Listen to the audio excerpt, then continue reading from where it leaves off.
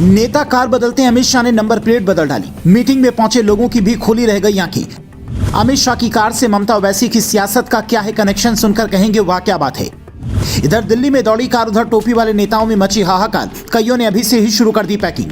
29 फरवरी की रात जब अमित शाह बीजेपी मुख्यालय में मीटिंग के लिए पहुंचे तो नेताओं ने कुछ ऐसा देखा जिसकी उम्मीद किसी को नहीं थी। हमेशा की तरह ड्राइवर कार चला रहा था। शाह कार के अंदर बैठे थे। कार की हेडलाइट ऑन थी और मीडिया वाले कैमरा लेकर शाह की फोटो खींच रहे थे। लेकिन तभी कई लोगों की नजर कार की नंबर प्लेट पर पड़ी जिस पर DL1 CAA 4421 लिखा था। जिसके बाद हमने ये जानने की कोशिश की कि आखिर इसका मतलब क्या है। तो किसी भी कार के नंबर की शुरुआती 2 लेटर राज्य का नाम बताते हैं। जैसे DL लिखा है तो दिल्ली, HR लिखा है तो हरियाणा, BR लिखा है तो बिहार। उसके बाद 2 अंक लिखे होते हैं। जैसे HR 51 लिखा है तो गाड़ी हरियाणा की फरीदाबाद अथॉरिटी की है। अगर UP 16 लिखा है तो गाड़ी नोएडा की है। उसके बाद 2 लेटर और लिखे होते हैं जो गाड़ी की सीरीज बताते हैं और आखिरी के 4 अंक से गाड़ी मालिक से जुड़ी जानकारी मिलती है। लेकिन अमित शाह की कार नंबर से इसकी जानकारी नहीं मिल पाती, क्योंकि शाह ने जानबूझकर अपनी गाड़ी पर CAA लिखवाकर यह संदेश देने की कोशिश की कि देश में जल्द ही CA यानी कि नागरिक संशोधन कानून लागू होने वाला है।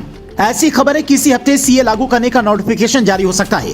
खुद शाह ने पहले भी ये दावे के साथ कहा था कि ये चुनाव से पहले लागू हो जाएगा। ऐसे में CAA की विरोधी ममता बनर्जी और असदुद्दीन ओवैसी ये नंबर देखकर टेंशन में हैं कि ये लागू हो गया तो फिर बड़ी दिक्कत हो जाएगी। इनकी मांग है कि इसमें मुसलमानों को भी शामिल किया जाए। पर सवाल यह है कि अगर इसके चक्कर में रोहिंग्याओं को नागरिकता मिल गई तो फिर वो देश में कुछ गलत करेंगे तो उसका जिम्मेदार कौन होगा। दिल्ली की जहांगीरपुरी से लेकर हरियाणा के नू तक बीते दिनों जो हुआ उसकी तस्वीर सबने देखी है। इसी अमित शाह का साफ आदेश है कि नागरिक संशोधन कानून हर हाल में लागू होना चाहिए। इसीलिए अपने कार की नंबर प्लेट पर भी अब वो ये लिखकर घूम रहे हैं ताकि लोगों के बीच में ये संदेश जाए कि CAA से सरकार पीछे नहीं हटेगी। पर ममता और ओवैसी जैसे नेताओं को चिंता ये है कि अगर ये लागू हो गया तो हमारी सियासत का क्या मतलब। ममता बनर्जी बंगाल में रोहिंग्याओं की राजनीति भी करती हैं। उन्होंने तो एक विदेशी को टिकट भी दे दिया था जिसका मामला कोर्ट चला गया तो जज साहब भी देखकर चौंक गए। असदुद्दीन ओवैसी तो मुसलमानों की ही राजनीति करते हैं तो उनके दिल में रोहिंग्याओं के लिए खास प्रेम है जिसकी झलक उनके बयान में अलग अलग मौकों पर मिल जाती है। पर अब इनकी ये वाली सियासत नहीं चलने वाली है, क्योंकि शाह का साफ आदेश है कि हम नागरिकता देंगे लेकिन सिर्फ उन लोगों को जिन्हें पाकिस्तान, बांग्लादेश और अफगानिस्तान में परेशानी झेलनी पड़ी है,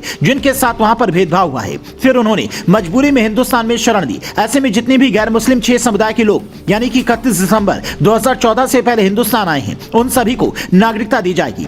लेकिन चूंकि इसमें मुस्लिम समुदाय को नहीं रखा गया है इसलिए विपक्ष इसे इस तरह से प्रचारित कर रहा है कि यह नागरिकता छीनने का कानून है। पर विपक्ष और सरकार के दावे के बीच में आप CA को किस नजरिए से देखते हैं, यह सबसे महत्वपूर्ण है। क्या आप CA का समर्थन करते हैं या फिर इसके खिलाफ हैं? कमेंट कर बताएं।